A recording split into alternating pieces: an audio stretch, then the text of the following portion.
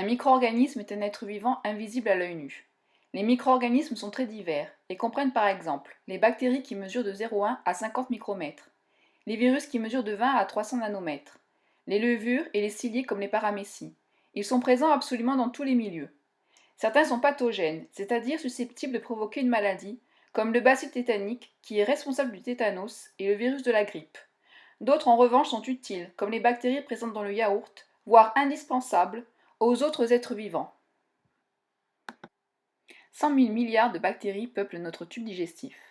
Il y en a dans l'estomac, mais c'est surtout dans la partie terminale de l'intestin grêle et dans le gros intestin qu'il se trouve.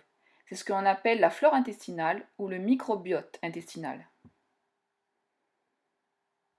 Avant la naissance, le tube digestif ne contient pas de micro-organismes. C'est à l'accouchement que les bactéries commencent à coloniser le tube digestif.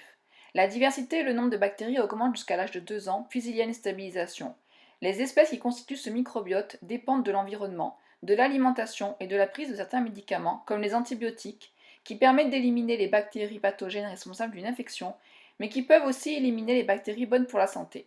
Ainsi, chaque individu a un microbiote unique. Les fonctions du microbiote. Il protège l'organisme en renforçant d'une part la barrière constituée par la paroi intestinale et d'autre part en entrant en compétition avec les bactéries pathogènes.